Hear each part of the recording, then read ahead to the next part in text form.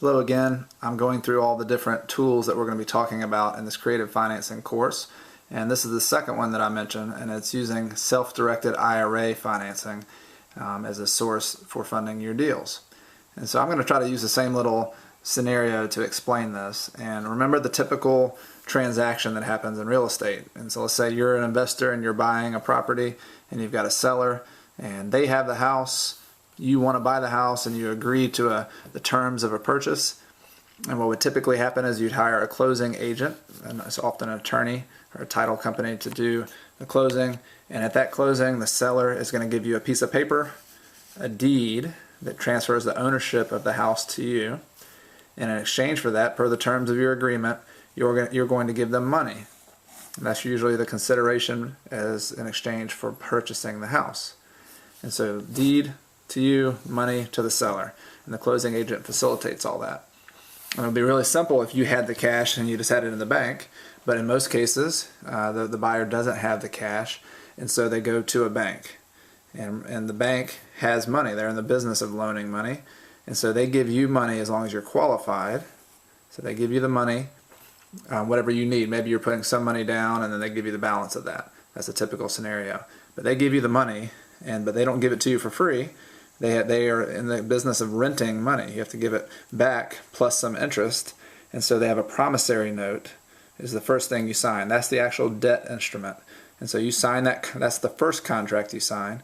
But this is not an unsecured note that a bank would typically give you on real estate. It's not like a credit card, which is unsecured. They also want to have security. And so you give them a mortgage, or in some states like North Carolina, a deed of trust. And that gives them security, and it's basically attached to the house. So even though you have a deed to the house, that mortgage or deed of trust is a lien against that house. You can't go sell it, you can't go borrow more money unless you paid them off. And once you do pay them off, then they will satisfy that mortgage, and then you'll own the house free and clear. And so that's the typical way a house is purchased.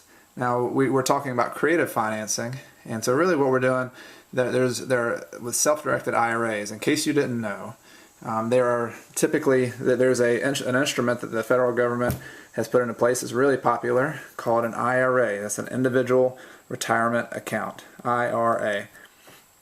And there are different types. There's a traditional IRA, a Roth IRA, and I'm not going to go into all those details here because it's not a course on that.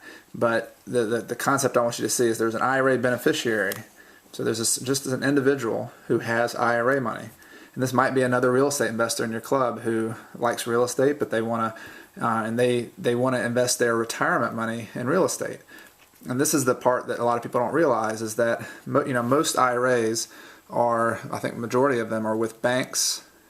So they have, people have their IRA, they set the money aside this year and they have it in a bank, and with that IRA money in the bank, they purchase a CD at the bank. That's very common. Or maybe they go to a brokerage house like Schwab or Fidelity or Vanguard and invest their IRA money in mutual funds. That's very common as well. Or like my wife worked as a teacher at a state institution, and they had a trustee for their retirement plan, and then also their IRAs, like TIAA-CREF, really popular company, who has a limited number of investments that you can invest in. So you get to choose between their 20 or 30 mutual funds that they have, and you invest your retirement money in those. And so that's the typical way most people do it. But the IRS law does allow for completely self-directing your IRA, and most of these traditional institutions do not let you completely self-direct your IRA. They have what are called self-directed IRAs, where you can invest in a variety of instruments they have, or maybe even all public instruments like CDs and all stocks and that sort of thing. But there are other companies, and these are special custodians who are in the business of charging a fee to allow you to put your IRA money with them. And then what that does is they understand real estate loans and real estate purchasing real estate. And in most cases, the IRA beneficiary, they are directing their custodian. So the custodian actually owns this for the benefit of this person. It could be this investor. And so they then use their funds and they become the bank. So really, really simple. Anything that the bank can do with this promissory note, the mortgage, and anything, doing this whole relationship with the buyer, loaning the money and receiving a promissory note and a mortgage, this IRA, self-directed IRA, through their custodian, can do the same thing. So if you personally want to do that and make some loans, go look into that. It's a really neat way to invest your money in real estate. But the concept that we are teaching here is that you can use self-directed IRA as an investor to purchase houses. So let's say this is a buy and flip house. This is a house you're going to fix up and flip, and you wanted the funds to be able to buy it, and then some of the funds to be able to rehab it so that you can turn around and sell it and make a profit. Well, instead of going to a bank who might say, no, that's too risky, or we don't want a house that bad of a shape, or you don't have a good enough credit or something, whatever the case might be, if you had a person who knew this house and understood the value of the house and liked you, they could choose to direct their custodian to give you the $50,000 you need to buy this house. And so I've done a lot of these. This has been a big way I have bought houses, and with just a few different individuals who loaned their IRA money through their custodian to me to purchase houses.